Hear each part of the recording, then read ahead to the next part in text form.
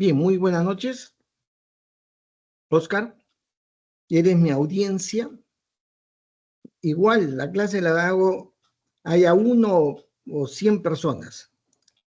Bien, fíjate, empezamos primero con esta siempre oportunidad de hacer alguna consulta, una pregunta, una sugerencia, una observación, lo que se quiera hacer. Si ese es tu deseo, tienes la oportunidad.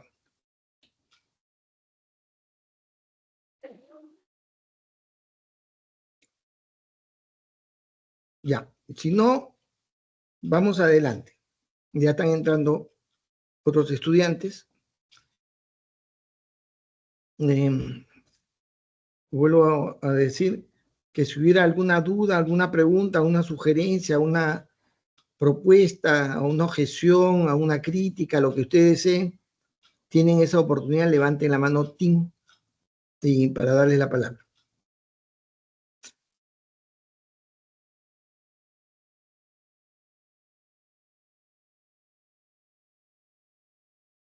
Ya, entonces, como no hay, procedemos con lo que hemos quedado en la clase, para tratar de avanzar hoy día en el tema propuesto, ¿no? Perdón.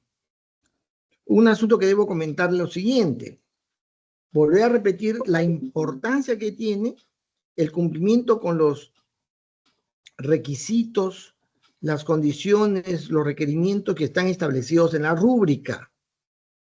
Y deben tomar en cuenta lo indicado en el Excel, donde están los temas, los grupos, el cronograma, las notas. Vale la pena mencionar que no se reconstituyen los grupos, no se modifica el cronograma, indefectiblemente se respeta tal como está. Muy bien. Vamos entonces, a otro asunto que les debo comentar. Ayer he tenido problemas con el team. Y es que, por alguna razón, el team se lentea. O sea, se empieza el sistema o el equipo a lentear.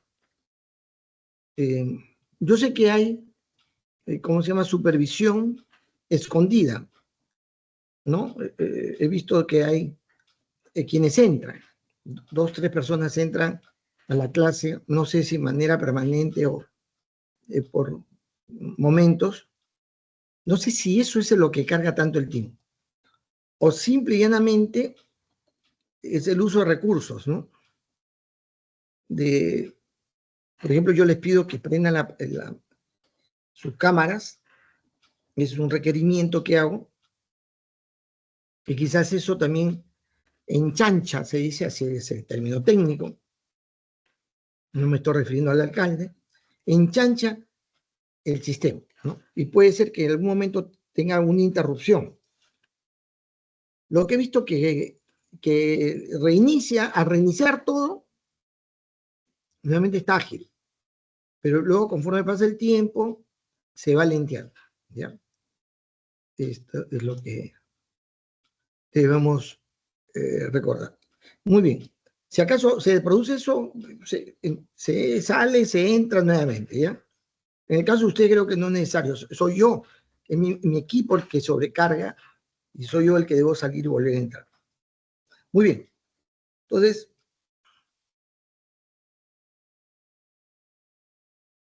el enfoque clásico. Como hemos mencionado, hay una historia muy interesante del desarrollo de las ideas que se van a producir en torno a muchas cosas al quehacer humano, pero entre ellas la organización, entender la organización, comprender la organización. Y hay un punto determinado en la historia en la que se produce una suerte de importancia, relevancia, de la manera científica de pensar que da lugar a la idea de que también se puede pensar científicamente la organización. El enfoque clásico es un enfoque cuya pretensión es utilizar los principios, los métodos, todo el bagaje de conocimiento que se llama científico. Entonces, la escuela norteamericana incluso se denomina científica, se autodenomina, pero todas ellas son las que pretenden incorporar la ciencia en su razonamiento.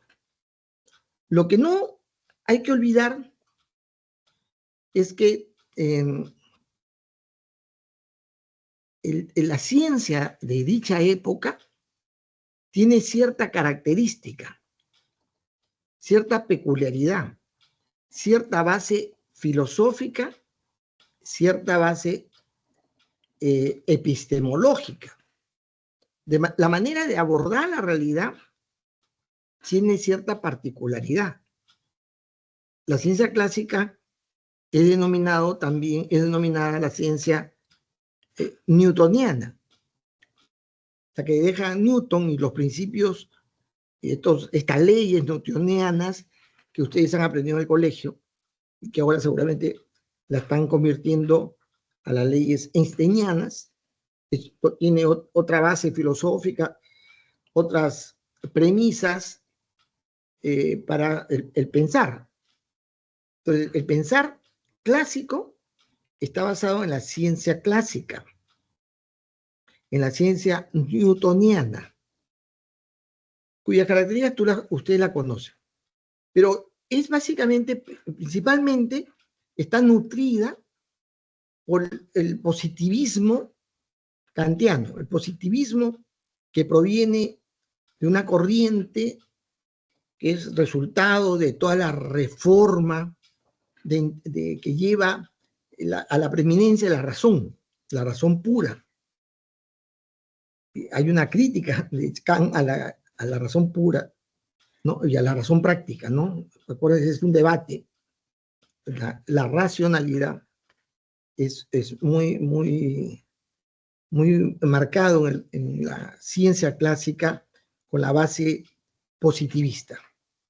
Es decir, hay racionalidad que encontramos en la explicación de la realidad, ¿sí? Y en ese sentido es positivista. Entonces, el positivismo da cuenta de que explorando podemos encontrar las causas, explorando podemos encontrar las relaciones que se dan en un fenómeno determinado. Entonces, la ciencia clásica es positivista. Pero la ciencia clásica también es mecanicista. ¿En qué sentido se dice que es mecanicista la ciencia clásica? En el hecho de que el científico clásico quiere encontrar la relación que se da entre causas precedentes y resultado consecuente, ¿no? Causas precedentes y resultados consecuentes. Y la labor científica, el quehacer científico, es encontrar la comparación de una hipótesis respecto al comportamiento de algún fenómeno o a la característica de algún fenómeno en base a la identificación de la relación que hay entre causas y efecto. A eso se le llama causalidad lineal. O sea, su base mecanicista sustenta esta consideración llamada causalidad lineal. Entonces, se cree que hay una causalidad, dado ciertas condiciones, ciertos actos, debería suceder esto. Si se repite ese conjunto de causas y de aspectos, van a reproducir el mismo efecto, lo que se quería demostrar. ¿No se acuerdan? Ustedes hay toda una nomenclatura de lo que se quería demostrar, ¿no? ¿Ha visto que dice el ejercicio científico termina con LQQD? Lo que se quería demostrar. Es decir, con la repetición, la experimentación, yo verifico, constato que algo que he planteado como una hipótesis es un principio que se da en la realidad.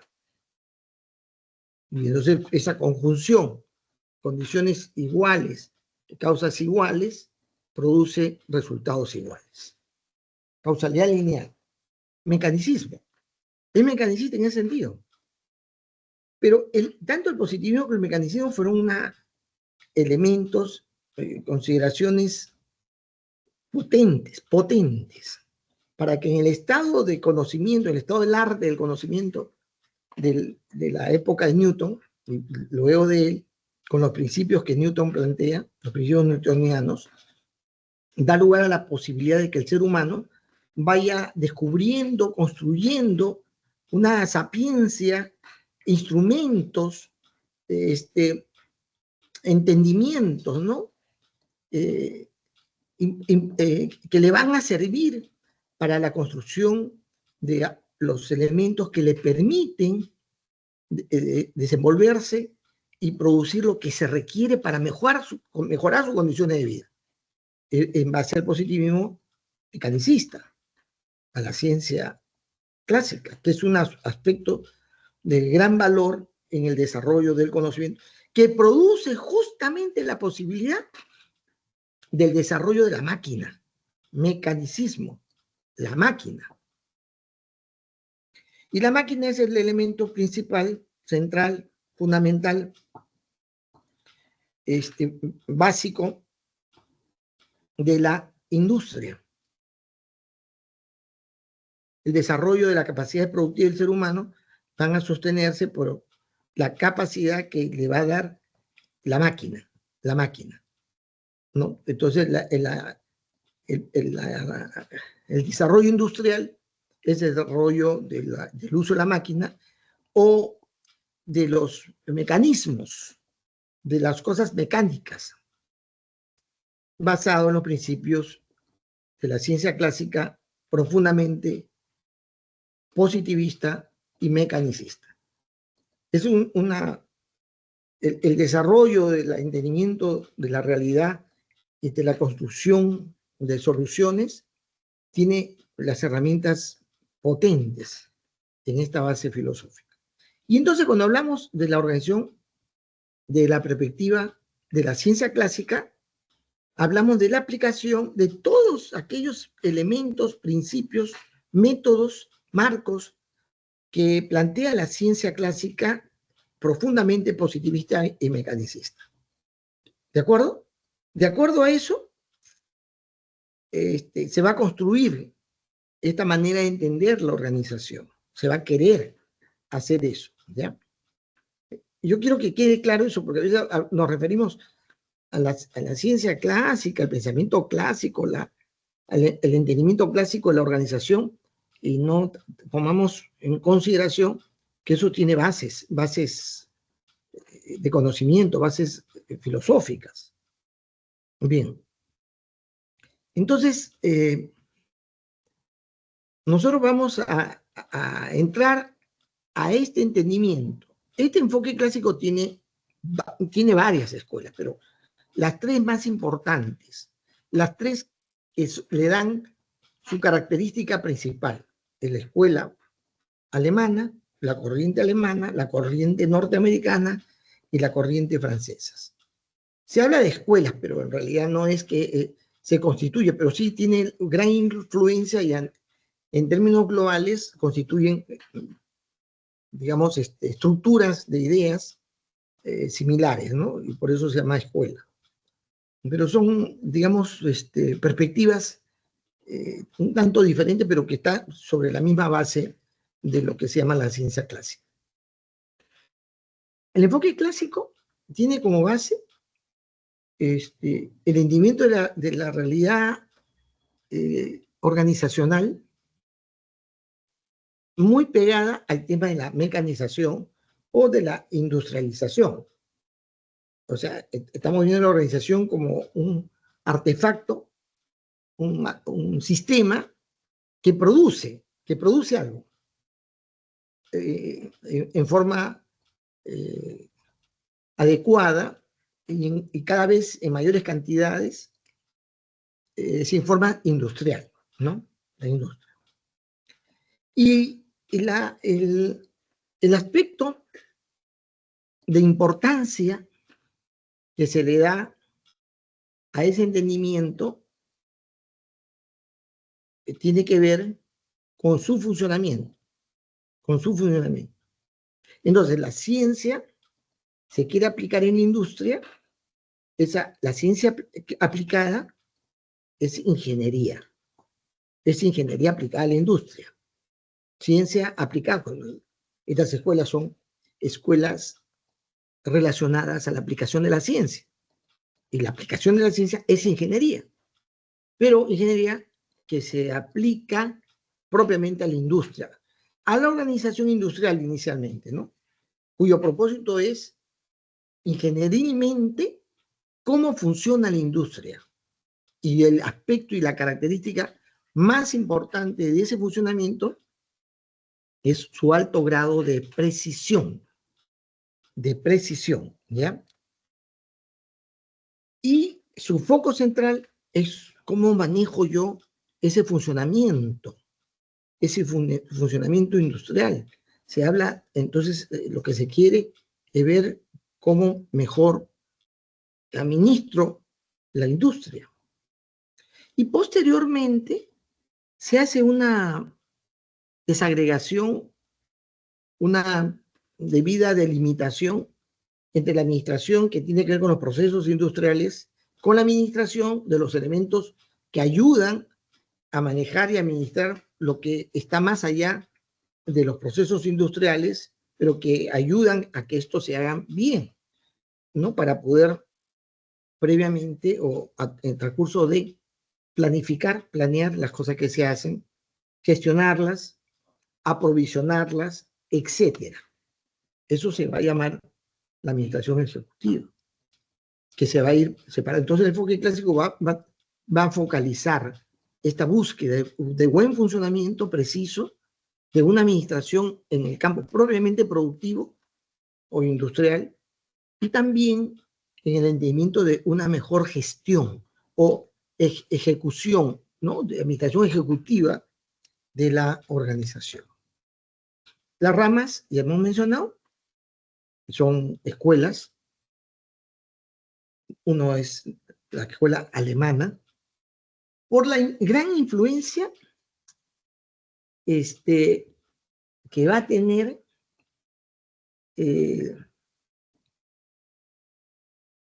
los pensadores, ¿no? Que ven este tema.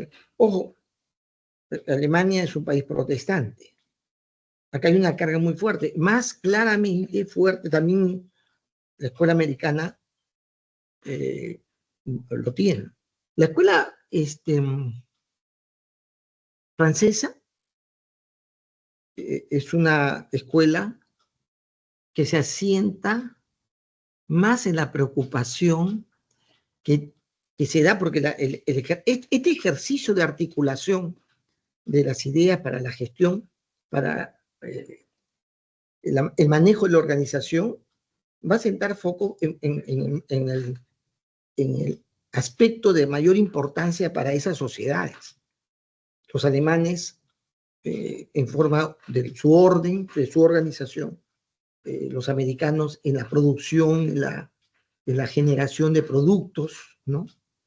Y la francesa, que es una escuela que no tiene una base protestante, ¿no? De más católica, digamos, su trasfondo, más vinculado a un mundo gobernado, dominado por la oligarquía, la gente dinero, los que acceden justamente al conocimiento, como en los otros países también, pero digamos en esto más notoriamente, son los oligarcas, la gente de apellido, de estirpe, en fin. A ellos les interesa cómo se gestiona. Por eso la escuela francesa es una escuela llamada gerencial. Se preocupa más en administrar, dirigir la empresa, ¿no? La fábrica. Más que a preocuparse por el tema aunque la escuela francesa toma los elementos que están digamos, en la difusión de las ideas que provienen de otras escuelas, ¿no? Pero bueno, son tres ramas: la rama burocrática, llamada burocrática, la científica y la gerencial. Ojo, también, se le llama escuela burocrática no por un sentido peyorativo, ¿eh? Por si acaso. Hoy en día la palabra burocracia o burocrático es peyorativo. Se habla eso de un tipo de organización, especialmente del Estado, que tiene muchos requerimientos, procesos, procedimientos, en fin, mucha gente que interviene y no decide, burocracia, requisitos que te piden, ¿no? Pero así no es entendido, así no lo debemos entender cuando revisamos esta escuela en su dominio temático en esta época. Escuela burocrática es una denominación de distinción, de distinción. Tener un esquema burocrático era tener un esquema de orden, de un entendimiento lógico y ordenado. ¿Quién no quería tener o participar del quehacer de algo que tuviera un buró? O sea, un grupo que lo organice, que lo estructure, que lo dirija, un buró, que también se refiere a gente de sapiencia, de sabiduría, de conocimiento, el buró. Y el buró, digamos, despliega una serie de elementos que articula ordenadamente una organización. Y ser de la escuela burocrática era un privilegio, una cosa honorable. Repito, estamos volviendo a una mirada de la manera como se entendía la expresión burocrática. Bueno, la escuela burocrática es una de las corrientes muy importantes, mejor articuladas de todas las corrientes en términos, digamos, de la formulación de las ideas que se dan en ella, ¿ya? Esto es muy importante pensar, saber, porque estamos hablando de una época en la cual se está saliendo de una manera dogmática de pensar, dogmática. Se produce una revolución, ¿no? El Renacimiento y las postrimerías de ella, con racionalismo, va a generar un efecto muy fuerte en el mundo, en el pensamiento de la humanidad, que rige previamente el desarrollo de ideas teocéntricas, ¿no? Que entra en cuestión en un momento determinado en la sociedad, y que es dominada esa preeminencia en todos los países, en los países orientales y occidentales. Pero en Occidente está dominado pues por el pensamiento cristiano católico, ¿no? El cristiano. Y entonces, dentro del movimiento cristiano hay diferentes formas de pensar, como siempre ha habido. Y surge ahí una corriente que quiere reformarla, ¿no? Se va a llamar luego el movimiento de la reforma, pretende reformarla. La virtud que tiene el cristianismo histórico, ¿no? Desde el siglo III, es que tiene un orden bien definido, una estructura bien clara. Funciona, ¿sí o no? Funciona bien, no es que funciona mal. Pero, en virtud de la necesidad de expandirse, de mantenerse vigente, más cuando vienen ideas nuevas que se quieren penetrar, tiene que buscarse mecanismo para que dicha estabilidad no se rompa. Me parece la Santa Inquisición, por ejemplo, ¿no? En un momento determinado. Pero se desarrolla también toda una estructura y una arquitectura dogmática, O sea, gran parte de la fortaleza, de la continuidad del cristianismo de dicha época pre-reforma está basado en su estructura dogmática. Es decir, vienen los cuestionamientos y la respuesta es muy simple, porque también los dirigentes en ciertos lugares no tenían un dominio del racionalismo moderno de esa época que les diera capacidad de respuesta, y decían, no, ese es el dogma, así es el dogma. Hasta ahora ha quedado, sí o no, una porción enorme en el movimiento católico que es dogmático, ¿no? ¿Cuántos de ustedes son católicos? Quiero saber si mi audiencia no se va a sentir afectada con lo que estoy diciendo. ¿Hay católicos? No hay católicos. Sí, está Miguel. Miguel, ya. Yo pensé que sí iba a ser el signo de la cruz. Ya, tengo un católico. Entonces, si algo te ofende, Miguel, por favor, me paras, ¿ah? Me paras. No, no, esto es una cátedra libre. Pues no, esta es una cátedra. Una cátedra uno puede decir lo que le da la gana y uno puede ser cuestionado. ¿Ya? En ese sentido también hablo. Me hago referencia porque es muy importante para entender el proceso evolutivo de las ideas vinculadas, en este caso, a la empresa y al entendimiento y funcionamiento empresarial. Claro que yo lo tengo, pero estoy en el lado más cómodo. Estoy en el lado más cómodo. Hay una obra que yo recomiendo a todos mis estudiantes, que él era a Weber, justamente el expositor más importante de la escuela clásica burocrática, porque él escribe un libro bien interesante sobre el espíritu protestante en el desarrollo del capitalismo. Los países capitalistas que van a aparecer son los países protestantes, ¿sí o no? Cuando hablamos del capitalismo en su origen, ¿cuáles países nos referimos? A Inglaterra, Alemania, a Estados Unidos, porque hay una vinculación muy estrecha. Los países que quedan un tanto rezagados en la reforma económica, en la visión económica, no van al mundo liberal, sino se quedan en el feudalismo económico, son los países católicos. Francia, España, Italia. Por un factor de la lectura mía es porque no les penetra la quiebra del dogmatismo. Emmanuel Kant es, como ya he mencionado, uno de los maestros del entendimiento de cómo entra el racionalismo al entendimiento de la realidad. Claro que hay una crítica a la razón pura, hay una crítica a la razón práctica.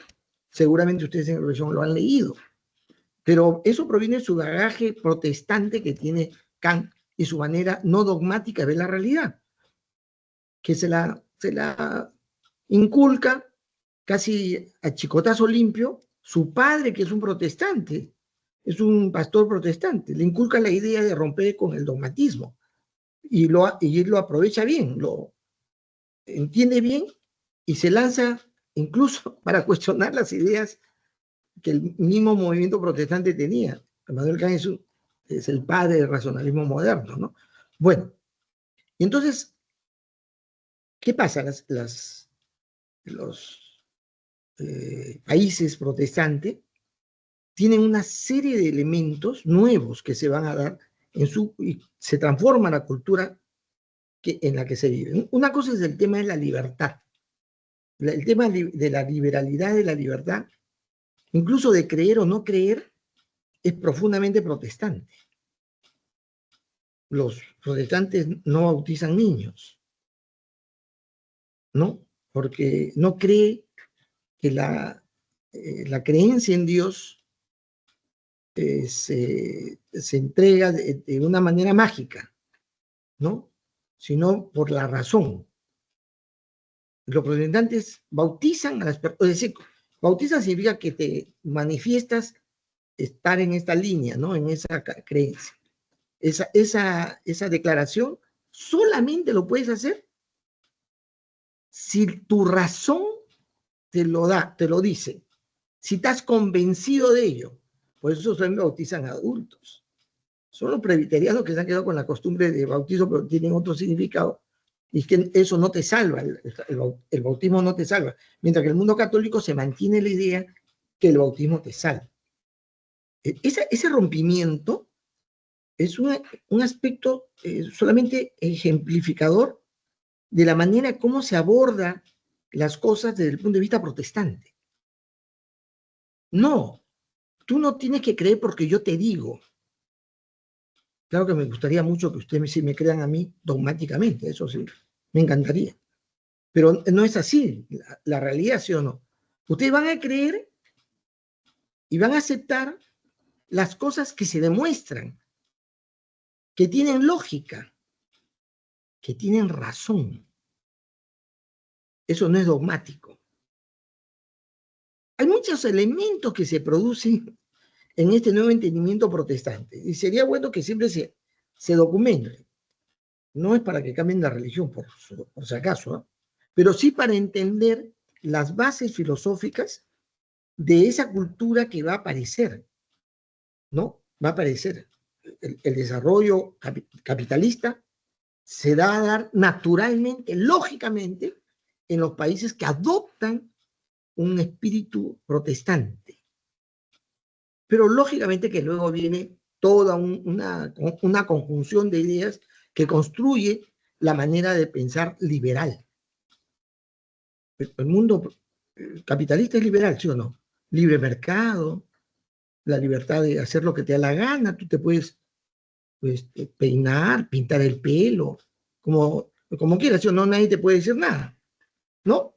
Hay normas generales, sobre todo de conducta, que afectan a la sociedad en general, o a las personas en particular, y todo el resto, como quieras, ¿sí o no? Lo que te empuja tu propia creencia. Bueno, la escuela weberiana, la escuela burocrática, es profundamente protestante.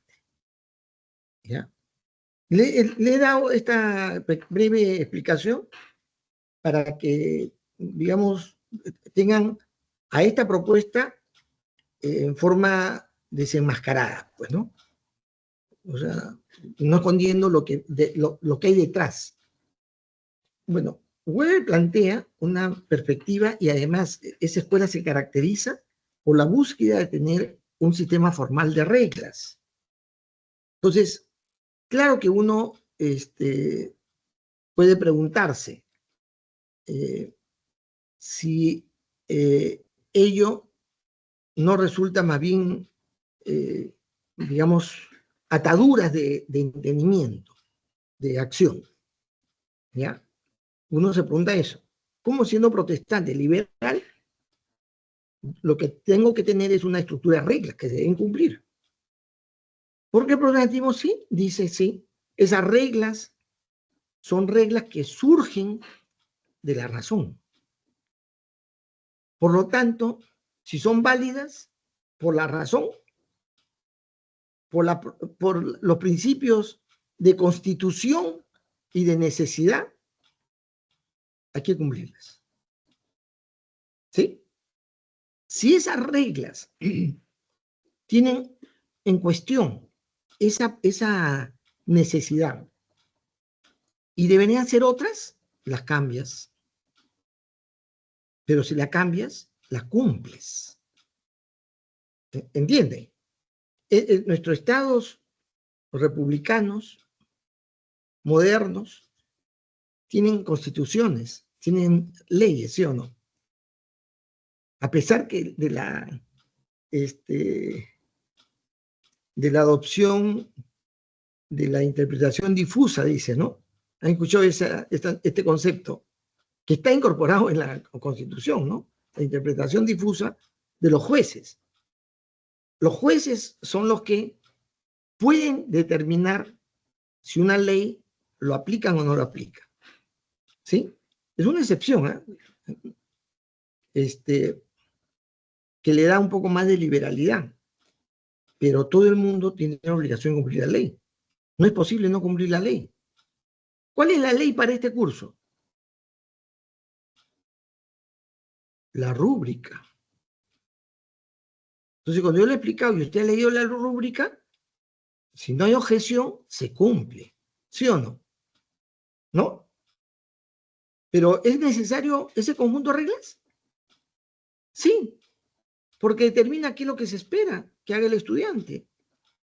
¿Es importante o no es importante? Es fundamental, porque si no hay reglas, cualquier cosa es bueno, ¿no? O todo es malo. Yo no puedo darme la libertad de decir, no, eso no es lo que pedí, lo que yo quiero. No tengo esa libertad, porque me tengo que ceñir a las reglas que yo mismo he formulado y que ustedes han aceptado con su silencio cómplice, ¿no? Vuestro silencio es cómplice. Ustedes son cómplices de esas reglas. Por lo tanto, tienen que cumplir. La consideración de tener reglas claras es muy importante. No son necesariamente reglas rígidas. ¿Ah? El modelo burocrático es un modelo racionalista, pero dada la razón, dada la naturaleza vital de la conjunción de intenciones, se cumple. Ninguno de ustedes es casado, ¿sí o no? O sí hay casados acá. Todos son, iba a decir vírgenes, no necesariamente. Todos son solteros. Pero viven en un hogar, y sí o no, que hay reglas, ¿no? Hay reglas. Si no hubiera reglas, ¿qué es lo que pasa? El ser humano necesita dos factores, dos elementos fundamentales. Más adelante vamos a hablar de ellos en algún momento, en modelo viable. Dos factores que son necesarios combinar y armonizar. Los límites de actuación, las reglas básicas a cumplir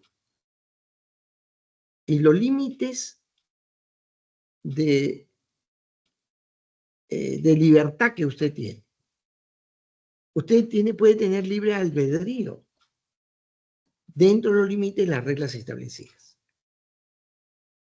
No sé si me puede entender. No es total libre albedrío, ¿sí o no? Pero es libre albedrío en los límites de reglas. Y esto es muy importante en el ser humano. Si no te caes en la cuna, si no tienes ahí algo que te sujete, ¿no? O te vas a enfermar si no tienes el cuidado de cumplir con las reglas de limpieza que te enseñan en la casa. Te vas a enfermar. Si no cumples con la regla de tener cuidado con cosas que pueden ser graves en dañarte, esas reglas te las dan, ¿sí o no? Para que no metas el dedo al enchufe, no hagas alguna torpeza que te elimine. Las reglas son necesarias. Y el ser humano busca vivir en un mundo de reglas. Siente deseo de tener reglas claras. Reglas claras. La exigencia. No es que no haya reglas, sino reglas claras. Pero también requiere un grado de libertad para cambiar dichas reglas, ¿no? El grado de libertad está en el valor de dicho cambio, el valor, y está en que dichas reglas, no, primero que le den valor y luego que no distorsione el propósito o la finalidad de la organización, ¿no? Eso son los aspectos, los requerimientos, digamos, de esa regla. Entonces, hay un sistema formal de reglas y lo interesante, lo importante es que debe haber procedimientos detallados. Esto, digamos, tiene una vigencia espectacular, extraordinaria. Si usted tiene que acreditarse, si usted quiere certificarse, necesita cumplir con procedimientos, tener procedimientos establecidos. Usted va a exigir en el lugar donde va a trabajar que lo que tiene que hacer, cuáles son los procedimientos a cumplir. Va a exigir. Y si usted dirige la organización, va a exigir que los procedimientos se cumplan para asegurar la predictibilidad del quehacer organizacional. El quehacer es predictible en la medida que sus procedimientos se cumplen. Y solamente le van a poder dar un certificado de calidad si sus procedimientos están formalizados y se cumplen debidamente. ¿Bien? Otro aspecto importante en el modelo weberiano, de Weber, el modelo burocrático, es la no personalidad. Ahí le he puesto impersonalidad, ¿no? Pero eso quiere decir que para el protestante, digo, para este modelo, que protestante, tú no haces la cosa porque a ti se te antoja, porque es de tu gusto. Yo no acomodo la organización porque es lo que sabes hacer, porque lo que te interesa, porque hay interés personal. El modelo weberiano es bien fuerte en ese sentido. La organización se arma, se organiza, se establece funcionalidades, procedimientos, porque hay una finalidad que cumplir. Eso de que la idea, bueno, yo tengo un amigo, voy a meterlo a trabajar en este lugar y entonces voy a crear un área del tema que él sabe. Ese es un razonamiento antiburocrático, desde el punto de vista de la escuela burocrática, porque eso es personalizar la organización, hacer la organización un pijama, es decir, que se acomode a la persona. No. Para el modelo de Weber, por más que parezca feo, es que la persona se acomoda a la organización. Es decir, yo debo actuar para cumplir con el propósito, los objetivos, los procedimientos que la organización establece, no lo que a mí me da la gana, lo que a mí me parece. ¿Está bien? Este modelo educativo de ingeniería empresarial es weberiano. Usted no puede hacer lo que le da la gana, sino lo que la rúbrica lo establece y lo que está en el cronograma, ¿sí o no? Bueno, la expresión no le da la gana es bien fuerte, ¿no? No. Usted puede hacer lo que le da la gana, pero cumpliendo con lo que dice, ¿no? La rúbrica. Esto es muy importante en la consideración de esta escuela, la impersonalidad. En el mundo protestante es muy estricto con ello. Es decir, todos están subordinados al propósito colectivo, no al revés. No al revés. No, el propósito colectivo no se adecua a los intereses personales. Otro aspecto importante del modelo weberiano es la clara división del trabajo, de manera tal que el quehacer en la organización tenga un ordenamiento que permita aprovechar las capacidades, las habilidades de las personas, de los instrumentos, ¿ya? Y además que vaya construyendo de una manera progresiva y armonizada lo que se pretende lograr. Y además evita que se duplique el trabajo. Una correcta división del trabajo permite aprovechar mejor los recursos y planear mejor la construcción del resultado final. La división del trabajo. Además, el enfoque de Weber se tiene que sustentar en una estructura jerárquica establecida. Es algo que puede ser que se pueda ver como un modelo jerárquico, ¿no? Pero, o sea, sí es jerárquico, que está bien claramente establecido. Yo sé a qué función pertenezco, quién es responsable de ello. Es una esquematización jerárquica que no es desconocida, tampoco es ambigua, es precisa, clara. Yo trabajo en esta función, dentro de esta macrofunción, y yo tengo como jefe a tal persona, y esa persona tiene como jefe a tal otra. Ese ordenamiento jerárquico es muy importante. En el orden, digamos, protestante, hay esta claridad de quién manda a quién. Pero hay una idea, como digo, cargada con el espíritu protestante, porque en el mundo protestante, que es en ese sentido aparentemente distinto del mundo católico, porque el mundo católico es bien jerárquico, y es jerárquico limitativo, porque cualquiera no puede entrar a la jerarquía directriz, ¿no? Cualquiera no lo puede hacer.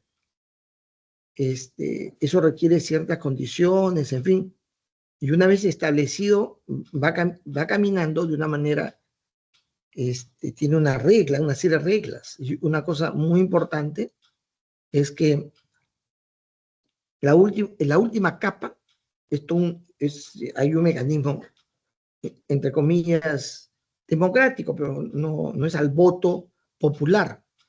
Son los obispos de mayor jerarquía los que eligen al papa, ¿no? En el mundo protestante no existe papa. No existe una estructura de cabeza única. Son cabezas múltiples. O sea, distribuidas, depende de la homogeneidad, de la unicidad, de la centralidad que hay en lo que se quiere hacer en el ámbito específico, en un ámbito específico, en un tiempo, espacio determinado. Esto es muy importante.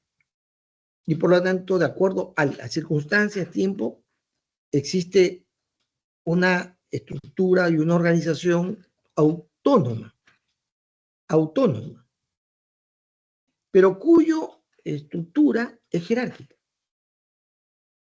Pero dos organizaciones protestantes, dos iglesias protestantes, no se dirigen bajo una misma directiva, un mismo plan. Esa estructura jerárquica que se establece tiene un alto grado de autonomía. Y se establece bajo dos condiciones: el reconocimiento popular, el reconocimiento de los feligreses, de los que participan de esa comunidad. Ellos tienen que reconocer que en ese nivel debe estar tal persona por sus cualidades. ¿Ya? Es extremadamente democrática. Es el concepto de democracia viene del mundo protestante. Entonces, es una democracia popular y representativa a la vez, pero en la que se requiere que se demuestre su capacidad. Por eso se dice que la estructura jerárquica establecida en el modelo weberiano es tremendamente carismática. Debe haber evidencia de que eres una persona que conoce, que domina, que tienes autoridad, que no te tacha algo, que no te pone una sombra de duda a que debes ocupar esa responsabilidad. ¿Ya? El modelo weberiano en ese sentido es muy claro. La estructura jerárquica establecida se llena, se rellena con gente con carisma. Carisma en ese sentido. Pero además está definida bajo criterios racionales. Racionales. Es decir, que se debe desarrollar en base a una lógica sobre el cual está el propósito y finalidad organizacional, sobre la idea que es lo que más conviene,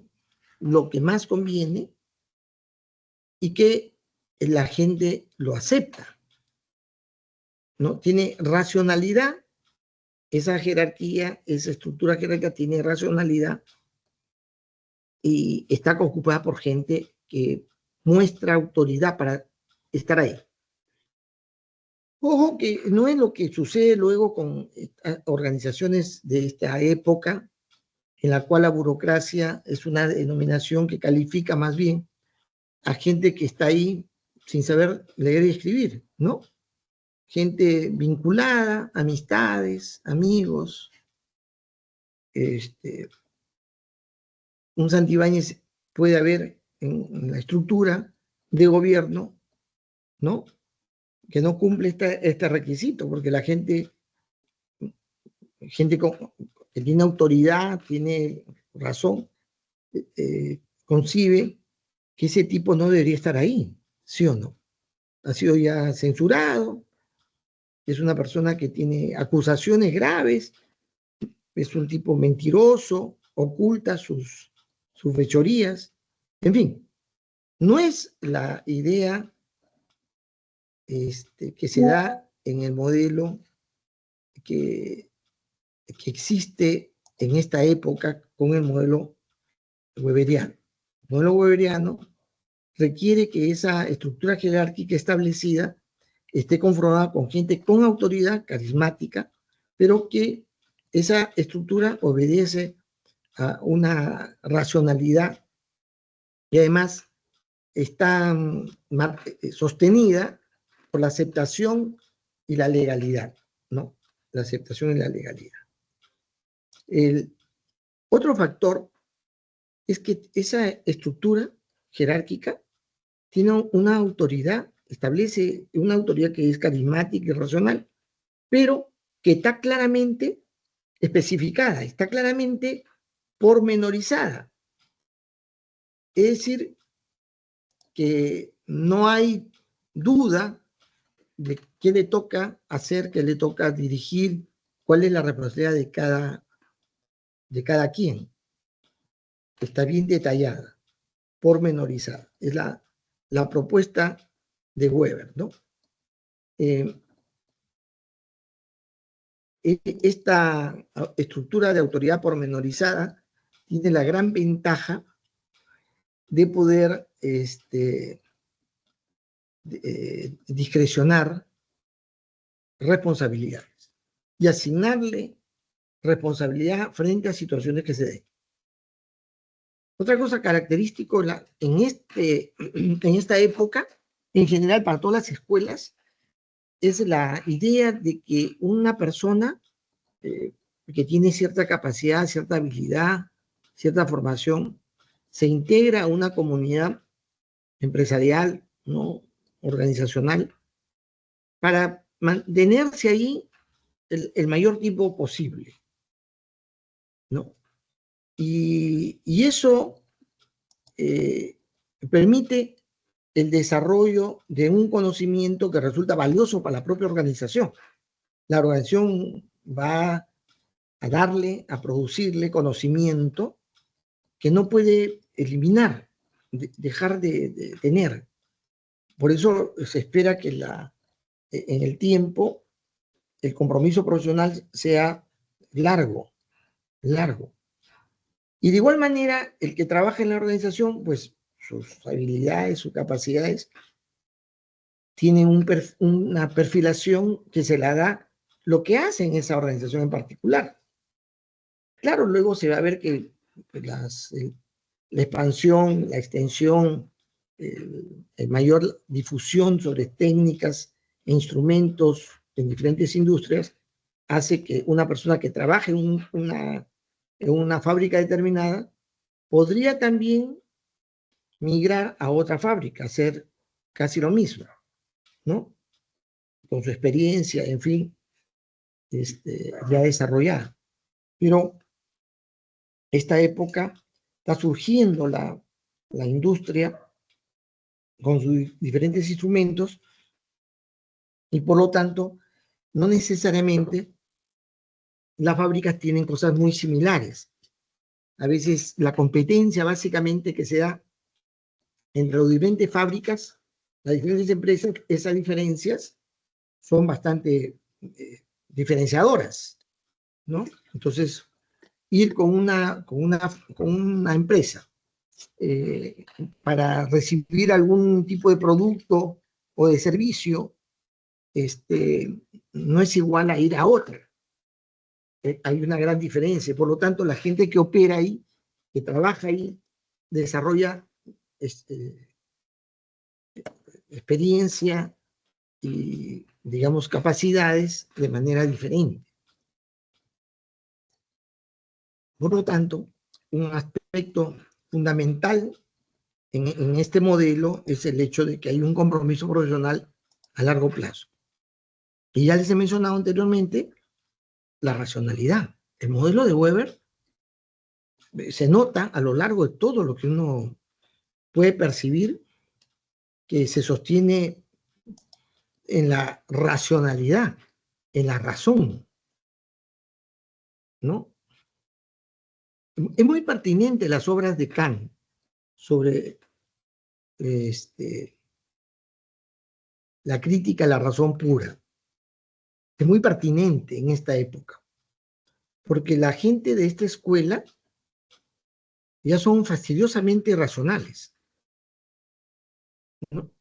Cuando uno habla con un protestante, se conversa entre protestantes, esta es a veces conversación un tanto fea. El católico puede dar sus ideas, a mí me parece, usar a mí me parece, es muy católico, ¿ya? El católico dice, bueno, a mí me parece que esto debería ser así. No, no, a mí me parece que esto debería ser de esta otra forma, dice el otro. ¿Sí o no? Ese es al toque mundo católico. El mundo protestante es feo, porque ahí no es que a ti qué te parece, no, la Biblia dice en el versículo tanto, del capítulo tanto, del libro tal, tal cosa. Es decir, la línea de verdad, la línea de entendimiento de lo bueno, lo malo y lo feo, es el texto bíblico. Ese es el principio de verdad. Entonces yo, si tengo que afirmar algo, tengo que estar sustentado por algo que viene del entendimiento bíblico. Esa es su base de verdad. La base de verdad es la palabra de Dios. Así como en el científico clásico eran los principios newtonianos, en el mundo protestante se migra a una idea más libre, más amplia, más, ¿no? Pero que elimina el concepto de que a mí me parece. Lo racional tiene una referencia, una base. En la organización, la referencia de base no es la Biblia, sino es el propósito y el valor que debe producir la organización. ¿Está claro? Yo sé que están haciendo otra cosa como Oscar, pero me está escuchando, ¿no? Para que asienta con la cabeza. Así, profesor, yo lo estoy escuchando. No me está entendiendo, no me está entendiendo, pues no importa. Pero ya, al final lo voy a evaluar, así que ni modo. Bien, pero por favor, Oscar, ya acaba con lo que estás haciendo y ya concéntrate en este curso. Listo. en la escuela burocrática. La otra escuela autollamada la escuela científica, la escuela americana, en la que ustedes recordarán con mucho agrado, no sé, felicidad, admiración a Taylor, ¿no? A Frederick Taylor. El mundo protestante americano ha sido siempre un mundo preocupado en la eficiencia, en la eficacia, en la producción, y por lo tanto ha sido más explotador. Pues el mundo americano ha sido el mundo de la explotación, de sacarle jugo a las cosas para producir más y mejor, ¿sí o no? Esta es una característica principal de la sociedad americana.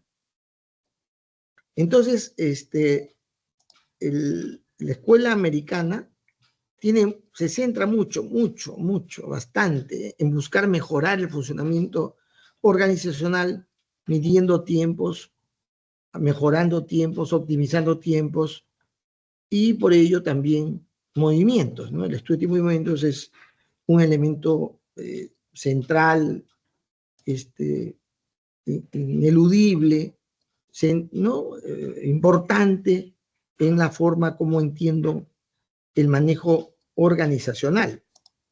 En segundo lugar, es la especialización. La especialización. Como hemos mencionado, estas escuelas se inspiran, se nutren, se basan en la ciencia clásica. ¿Cuál es la forma metodológica para abordar un tema en particular en la ciencia clásica? ¿Cuál es su método de abordamiento? Luis.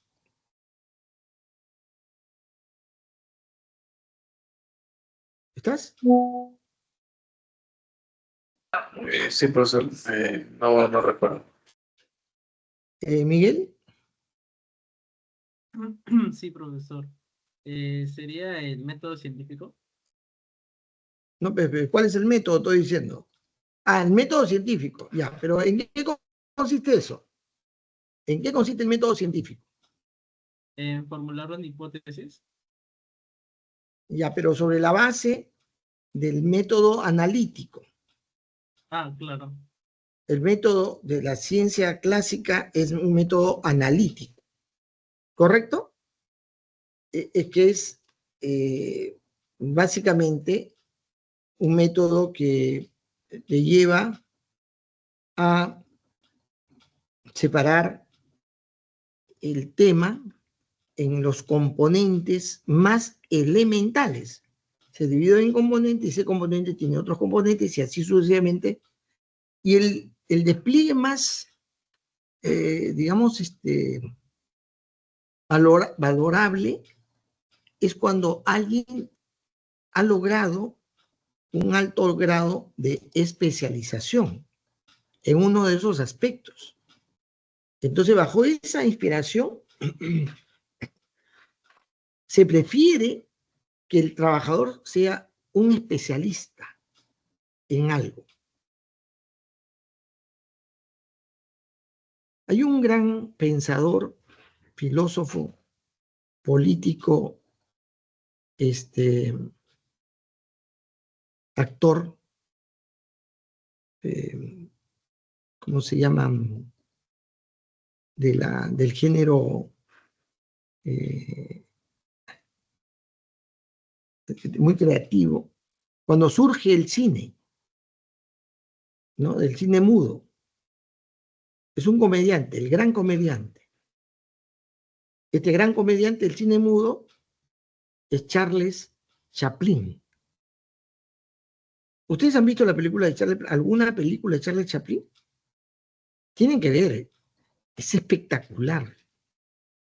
Hasta el día de hoy, el sentido del mensaje que deja en todas sus presentaciones es muy profundo, él está impregnado de esa corriente que en esa época es muy fuerte, que es el humanismo.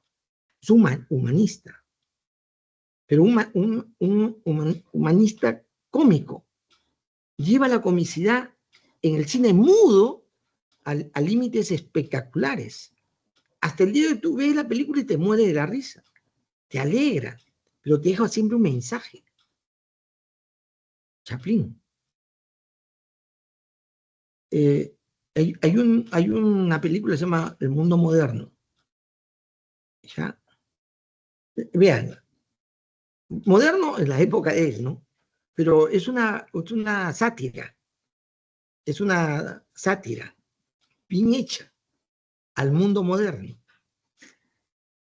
en la que ustedes ven en esa representación graciosa, siempre payasada y medio, el obrero, que se especializa en atornillar, o sea, mover el, ¿cómo se llama? ¿Cómo le llaman eso? No es el desarmador, sino el otro, la llave, ¿no? La llave que mueve el tornillo, ¿ya? Es bien interesante esa película. Y que está metido en un mundo mecanizado, en la que él, el obrero, es una pieza más. Estas producciones que tiene Chaplin tienen un impacto espectacular. Mucha gente intelectual se ha referido a estas expresiones que muestran de una manera creativa, artística, las graves condiciones que se da en la sociedad, en esa sociedad llamada moderna, que es la sociedad industrial. Y lo que produce en el ser humano, lo que va a producir como consecuencia en el ser humano. Esto es muy importante. El tema de la especialización es muy marcado en la escuela americana, ¿no? Es decir, un mejor tiempo, mejores movimientos lo va a hacer gente que está bien especializada en el tema y que va mejorando su especialidad justamente para darle mayor productividad a la empresa. Entonces, este es un aspecto, digamos, de muy importante en el modelo tayloriano, ¿no? La especialización. También en este modelo, esa especialización se lleva a lo largo del tiempo, te va a dar mayor capacidad, experiencia, y por lo tanto vas a tener un lugar mejor en las consideraciones que la organización tiene hacia las personas, tanto por responsabilidades, por remuneración, retribución. En la medida que la especialización, la experiencia sea más, tú tienes una mayor autoridad, llegas a tener mayor autoridad en la organización. La supervisión de las actividades que se realizan en la organización es funcional. Se divide las cosas que se hacen funcionalmente. No se divide en virtud de los componentes que van a producir el resultado final. No. Sino en virtud del cumplimiento funcional. Y esto es un cambio muy importante que se va a dar posteriormente en el entendimiento de cómo debe manejarse mejor la organización. Es por procesos, ¿no? Y la supresión debe ser de los procesos, más que de las funciones. Sin embargo, en la sociedad moderna, actual, sigue habiendo una disposición a privilegiar el control y la supervisión funcional. Trabajas en un lugar y la pregunta es, ¿cuál es tu función?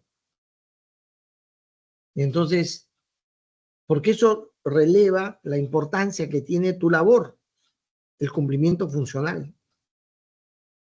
Y los responsables de una área funcional tienen una consideración especial, porque hay que supervisar funcionalmente. Hoy en día, en las empresas de mayor despliegue, su supervisión es por procesos.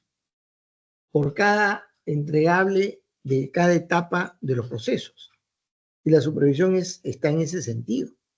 Pero como digo, muchas organizaciones se mantienen todavía a nivel de supervisión funcional. Miren, yo soy profesor.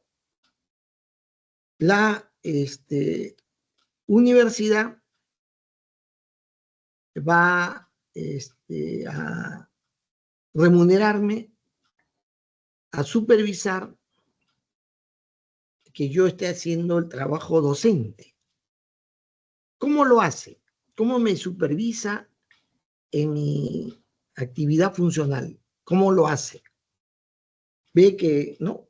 Con el team hay un registro de actividad que se ha desarrollado, hay una grabación que debo hacer y colgar para verificar que he hecho la clase, hay un reporte que debo hacer respecto a qué temas he tratado, y y nada más, que asisto y hago la clase.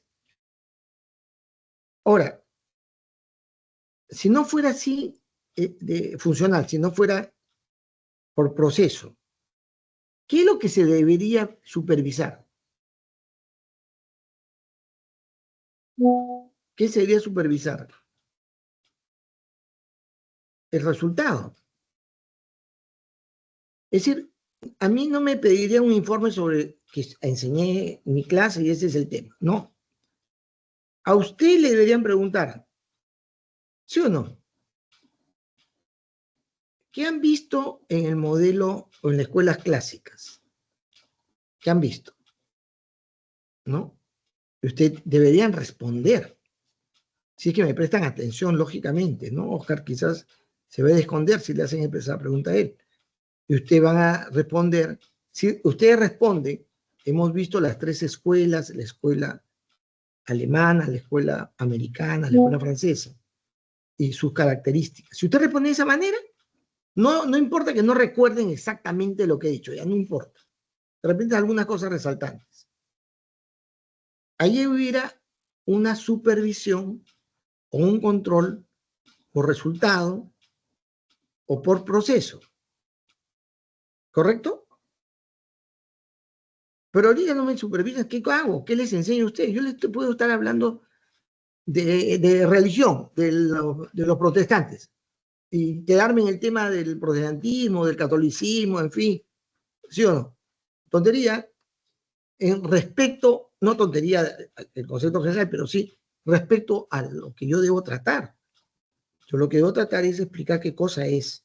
He utilizado esa referencia, pero digamos, el propósito debe estar cumplido y ese es un enfoque que no es un enfoque funcional. El enfoque funcional es el cumplimiento de ciertas responsabilidades, no cómo lo haces. Aquí hay otro asunto importante, que es que en el enfoque clásico científico, la escuela científica, el dinero es un factor motivacional. Esto es muy marcado, muy marcado. Es decir, esta escuela considera que una persona se va a sentir más motivada, más movida, si acaso por lo que hace se le paga más. Hay que pagar más al que mejor lo hace, al que más hace, porque se va a sentir motivado. O págale más para que se motive. Esta es una consideración que hay casi en todas las escuelas, de las clásicas. En todas hay la idea que hay que el dinero es un factor motivacional, motiva a la gente. Claro, usted va a decir, bueno, profesor, a mí también, por si acaso, yo quiero que me paguen más, si voy a hacer las cosas mejor si me pagan. Si yo dijera, bueno, los que hacen el mejor trabajo van a recibir 1.000 soles de mi parte, ¿lo va a mover a hacer mejor las cosas? Posiblemente, ¿sí o no? A tratar de ganarle al otro, posiblemente. Pero sucede esto, que si, no en sino en teoría general, en teoría y ciencias de sistemas, yo digo al estudiante, los que hagan en los mejores trabajos, yo les voy a dar 1.000 soles, ¿no? A los 3 mejores trabajos, 1.000 soles sacados. Bien. Cuando esos mismos alumnos lleguen a este curso, yo les digo, hagan este trabajo, van a esperar que yo les diga y cuánto ganamos los primeros puestos. Es decir, la motivación intrínseca a la razón de hacer se pierde por el premio remunerativo. Y la remuneración es un estímulo temporario. Es decir, cuando me aumenten el sueldo me siento feliz, agradecido, chambeo, pero pasa el tiempo y luego me falta. Tengo más gastos, me enamoré, la chica me exige cosas, ¿no? Que la atienda bien, que la lleve a buenos sitios, en fin. Me tengo que comprar el auto para que, como estar tomando micro con la chica tan hermosa, ¿no? Todo el mundo me la ve. Me tengo que comprar el auto, empiezo a hacer los gastos y ya no me queda esa satisfacción. Necesito ganar más. Ganar más. La motivación posteriormente se va a descubrir no es un factor dinerario. Lo dinerario no es un factor. Salvo que tu razón de ser esté estrictamente vinculado a eso, a la ganancia, no al desarrollo de tus habilidades y capacidades personales. El que está motivado hace las cosas bien, a pesar que no le dan todos los instrumentos, a pesar que tiene malos jefes, a pesar que las condiciones ergonómicas son pésimas. Hace lo posible por hacer las cosas bien. Se llega a descubrir que la motivación tiene otras fuentes de estímulo y que más bien la remuneración contrae, saca del foco central al trabajador y no se vuelve alguien comprometido realmente con lo que hace. Entonces, pero esta escuela considera que el dinero es un factor motivacional. Acá yo quiero hacer referencia a 2 ingenieros, a los ingenieros Gilbert. Los Gilbert son 2 personajes reconocidos, y cierta literatura le consigna a ellos un valor muy importante en un aspecto fundamental, que tiene que ver con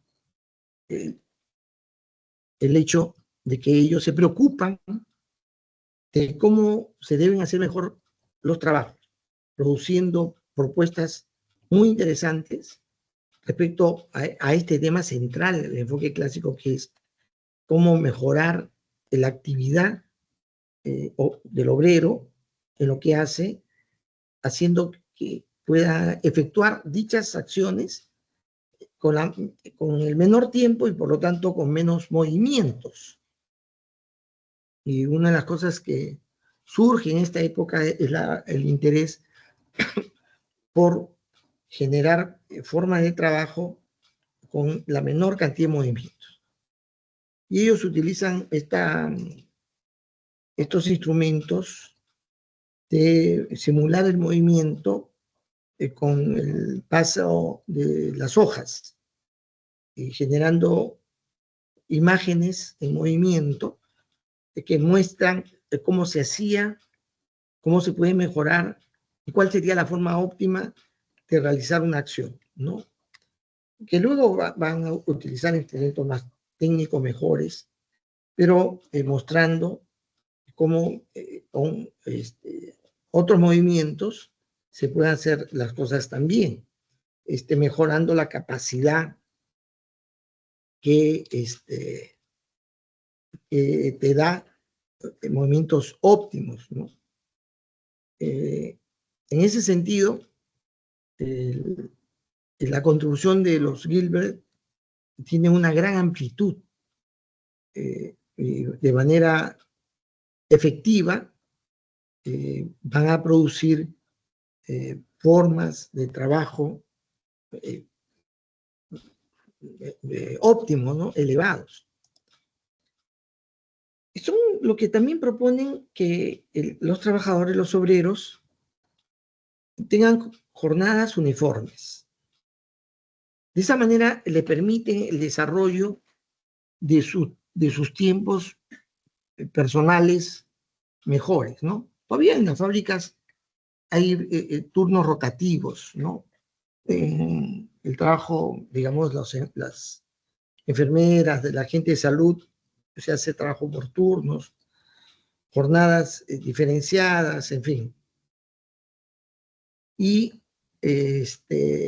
también en el trabajo de las fábricas. Ellos proponen jornadas uniformes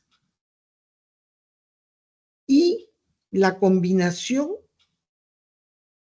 de actividades para que el obrero pueda desarrollar su vida de una manera más equilibrada, su físico, su manera de pensar, razonar, de tal manera que en una secuencia, de una cadena de producción, pueda hacer labores distintas, haciendo uso de sus cualidades, sus habilidades, de su físico de manera diferenciada. ¿Por qué se hace esto? Es la pregunta que se hace. Lo que pasa, ya un entendimiento más, digamos, interpretativo de lo que proponen ellos, es que en esta época existe el trabajo infantil. Ustedes han visto esa película, La lista de Children, creo que es. Lo han podido ver. Es una película que gana el Oscar de un alemán que es dueño de fábricas, pero que se siente solidario ante el drama en la que viven los alemanes en esa época y que hacen lo que hacen los alemanes, los nazis, es llevar a la gente a sus campos de concentración, ¿no? Y eliminarlos. Este pata le da trabajo a los, y sustenta que para poder producir las armas de su fábrica que produce necesita de estos judíos. Pero ustedes ven en la película, ¿quiénes han visto la película? Levanten su mano. ¿No han visto? Sí. No, pues ustedes son estudiantes de la única, ustedes no ven películas, no se distraen en cosas anales. Bueno, es una película interesante. Esa película muestra también cómo él ocupa a niños. Estamos hablando de 1940 más o menos, ¿no? Ocupa niños. Y sustenta que los niños son muy útiles en su fábrica porque por tener los deditos chiquitos pueden servir para poder moldear mejor las balas, ¿no? Ciertos artefactos de guerra, ellos podrían trabajarlo mejor porque son chiquitos con deditos chiquitos, mostrando que en esa época, igual también en las películas de Charles Chaplin se ve que las fábricas están pobladas de niños, porque el trabajo infantil no está proscrito y a los niños los hacen trabajar. Pero como es un espacio de alta especialización, el niño también, igual que el adulto, va a ser utilizado de una manera especializada. Y entonces, una sola actividad que realice el niño va deformando. Y de pronto, en el tiempo, para cierto tipo de actividad, el niño desarrolla un brazo grueso, grande, ¿no? Duro, y el otro brazo raquítico, flexible, raquítico, porque hace una actividad de una sola manera. Entonces los Gilbert ven la monstruosidad que produce las fábricas, esas fábricas industriales, con los niños. Y movidos, uno protestante, ojo, movidos por esa sensibilidad profunda que tenían estos dos personajes, es que tratan de convencer a los dueños que lo mejor es esos cambios y actividades que hagan que los niños cambien de posición, de lugar, para que no se deformen, no se vuelvan monstruos en el tiempo, o no se mueran, porque la forma como se explotaba a los niños generaba una alta tasa de mortalidad, la mayor en los niños, por la alimentación, por el tipo de trabajo duro que tenían que realizar. Entonces los Gilbert desarrollan toda una serie de propuestas que son sumamente interesantes respecto a esas condiciones laborales, movidos por eso, por el trabajo infantil. Otro personaje que no se olvida en el enfoque clásico es Henry Gantz, ¿no? Ustedes van a recordar por las gráficas de Gantt, que son gráficas que muestran los tiempos de actividad que se desarrolla a lo largo de un proceso, mostrando cuánto tiempo se requiere para cierta actividad o cierta otra, y tratando de buscar las brechas, aquellas brechas en las que hay tiempos muertos, tiempos libres, para aprovechar mejor dichas actividades. La gráfica llega a ser muy importante, pero la idea es básicamente el control de movimientos y de tiempos. Son esa escuela. Y termino con la escuela gerencial, que es representada por el famoso Fayol, Henry Fayol, que nos va a dejar una serie de elementos y trato de hacerlo rápidamente. Y hay un principio inicial que hasta hoy día dura. Fayol sostiene que los métodos están por encima de las cualidades personales. Es importante identificar, formalizar el método, el mejor método. Que las cualidades personales se van adquiriendo en el tiempo, pero lo que asegura el buen hacer es el método, no la cualidad personal necesariamente. Entonces, además, puedo yo tener cualidades personales que las puedo en un momento perder. Las puedo perder porque pierdo la persona. La persona se va, migra a otro lado o se muere. Ante esa situación, pues yo no debería tener a las personas como algo imprescindible. Lo imprescindible es el método.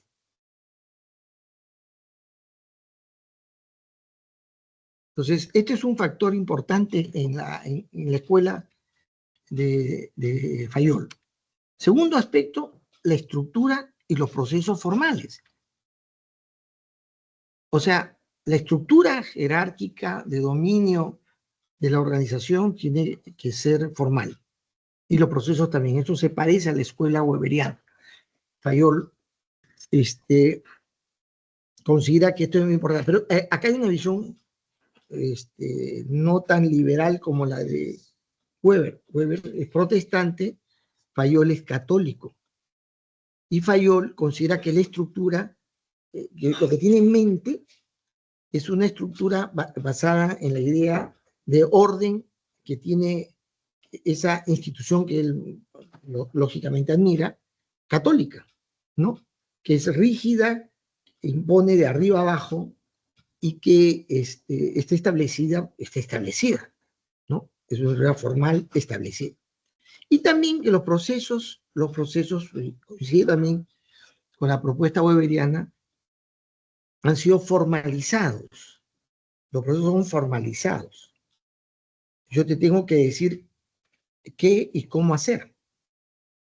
Y lo que destaca de Fayol es esta idea de que hay que cumplir funciones funcional. Y las funciones administrativas básicas, que Fayol plantea la planeación, el planeamiento, el desarrollo de unas ideas previas, de actividades debidamente establecidas hacia el logro de alguna actividad. La otra función importante es la capacidad organizativa.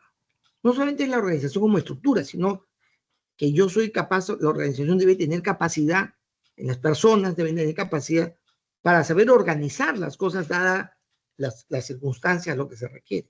También la direccionalidad. Cuando habla de dirección, Fayol habla de la capacidad de llevar hacia un determinado propósito y cierto sentido la organización, capacidad de dirección, es una función. Y el control. Son las 4 funciones administrativas básicas: planeamiento, organización, dirección y control. Ahora, esto es muy importante porque desde Fayol, planear es cosa muy rápida, es cosa sencilla, y es algo que hay que hacer, pero digamos, no tiene la importancia que tiene otras funciones, como cómo se va a organizar para cumplir esos planes y cómo lo vas a dirigir. Eso tiene mayor importancia que el plan mismo. Se requiere el plan, pero digamos, si no tienes organización y dirección, te vas al cacho. Y el otro es el control. Incluso muchos pensadores, gente metido en este tema desde la escuela francesa, considera que el control representa la carga más importante, que puede representar el 80% de la actividad que hay que realizar, controlar. Yo puedo empezar con un plan sencillo, una organización básica y un sentido de direccionalidad y punto. Pero si tengo un buen control, puedo hacer los ajustes, puedo hacer las mejoras, puedo lograr un mayor éxito si ese control se hace de manera apropiada. Y hay una cantidad de principios que está en la lista, en la larga lista, todas ellas individualmente sustentadas, desplegadas, desarrolladas, ¿no? La división del trabajo, que coincide con las otras escuelas, el trabajo debe estar dividido, el que permite una mejor gestión, un mejor uso de los recursos, una mejor conclusión del resultado que se tiene. No hay que pisarse los callos, mejor dicho. Otro principio es que la organización debe establecer un criterio de autoridad y disciplina. Autoridad y disciplina. Cuando la autoridad se rompe, la organización va mal. Si no hay disciplina, no hay sujeción a la autoridad, a las cosas que están establecidas, igual la organización va mal.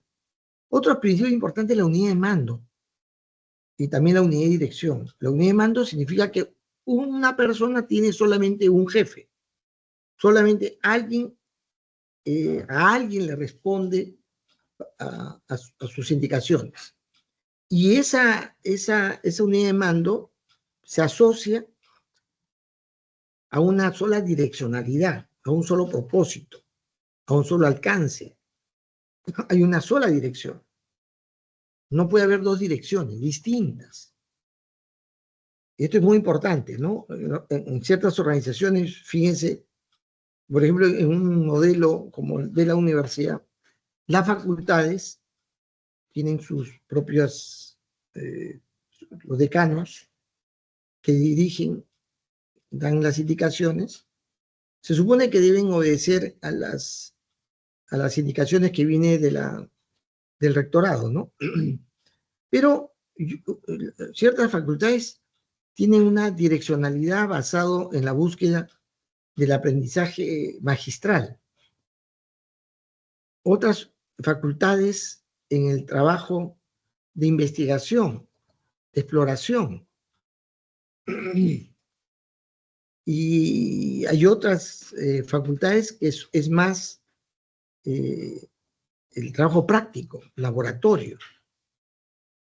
O sea, el entendimiento hacia dónde vamos y qué deberíamos resultar como universidad tiene varias direcciones.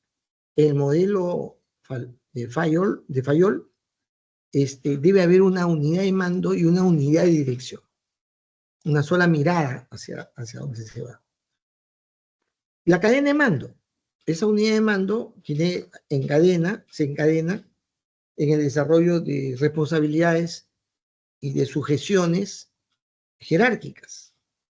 O sea, un trabajador tiene un jefe y el jefe ese tiene otro jefe y ese jefe otro jefe y así sucesivamente. En la cadena de mando, el principio dice que no se debe romper. La cadena de mando no se rompe, no puede romperse. Pero esto es así en el principio de Fayol. Pero en la práctica, la unidad de mando encadena una sucesión de responsabilidades y de dependencias que a veces se rompe de arriba hacia abajo. Por ciertas circunstancias, ciertas urgencias, ciertas prioridades, un jefe no encadena sus indicaciones hacia el jefe, hacia su subalterno inferior y al siguiente, sino que va de frente a algún subalterno de una capa más abajo, dándole una indicación, solicitándole algo. Eso sucede en la práctica. Pero lo que se recomienda es que esa cadena de mando, que se puede romper de arriba hacia abajo, jamás se rompa de abajo hacia arriba.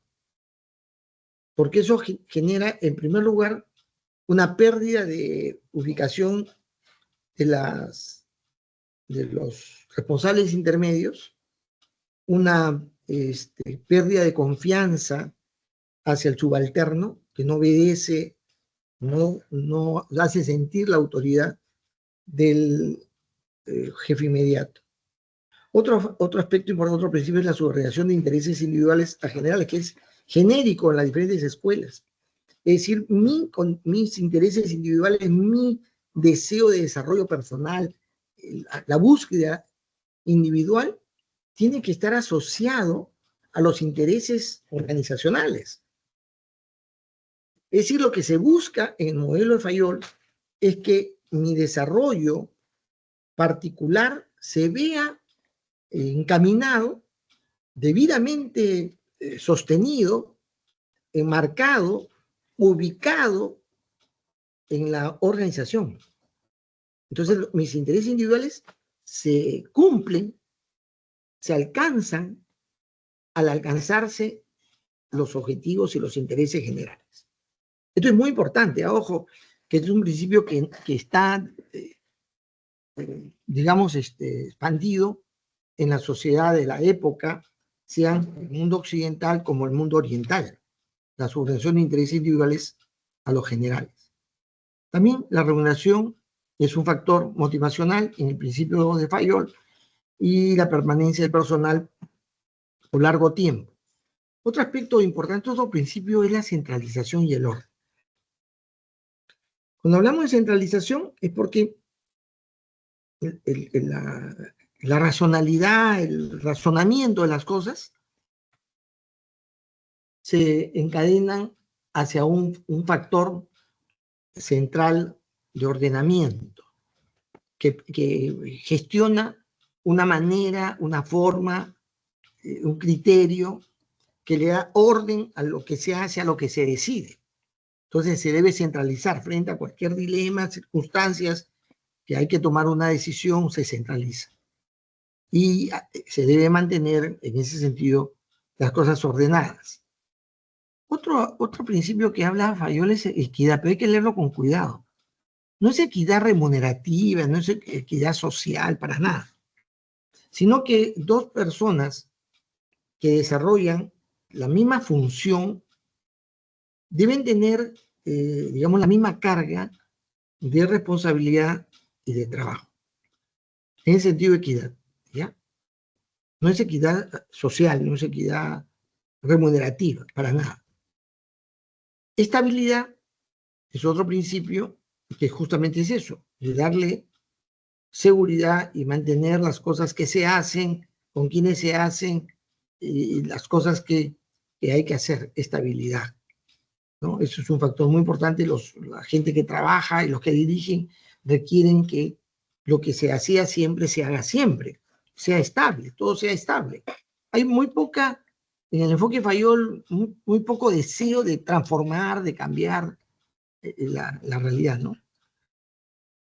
Y por último, uno de los principios fundamentales es el principio que vincula a la gente de la organización en un sentimiento conjunto, de conjunto. Se llama espíritu de grupo. Claro que no es el espíritu de grupo que tiene la policía en el Perú, que se protegen, se cuidan, se camuflan, en fin, de eso no estamos hablando. Eso no es la idea del espíritu de grupo, ¿no?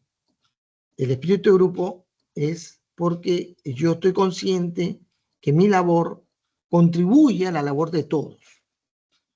Y también en Fayol está la iniciativa, que no rompe el espíritu de grupo. Es decir, de aquello que permite al grupo justamente mejorar su desempeño, ¿no? Lo que hace. Preguntas.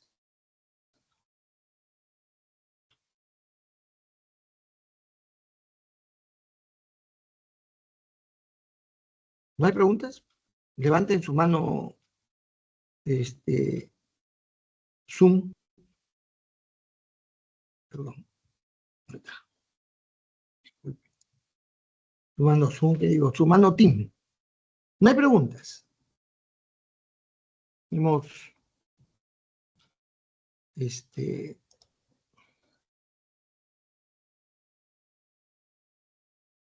cubierto lo que hoy día teníamos que hacer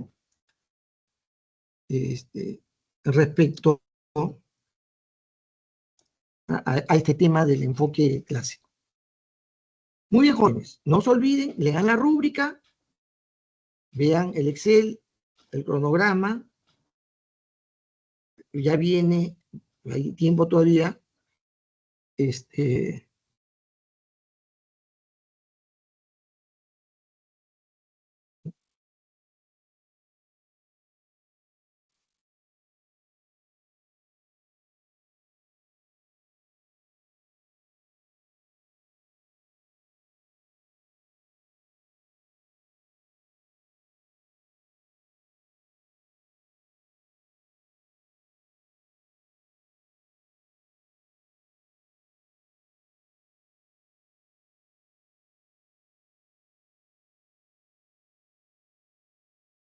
ya, perdón, disculpen,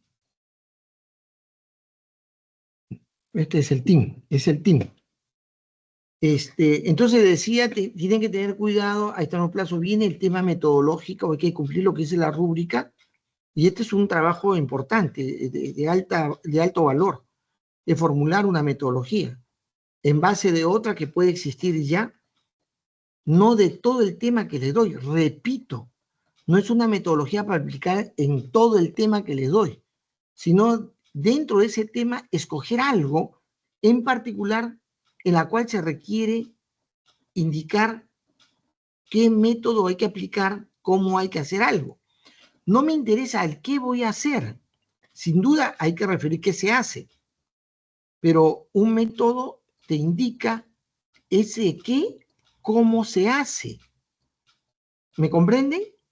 Decir, formular el método es decir, digan cómo se hace. llevando de la mano a quien va a aplicar la metodología. No se olvide. ¿Está claro eso? Que si usted me pone el qué y no el cómo, va mal. Les advierto anticipadamente. Bien. Preguntas. No hay preguntas. Entonces nos encontramos la próxima semana. Buena semana, joven.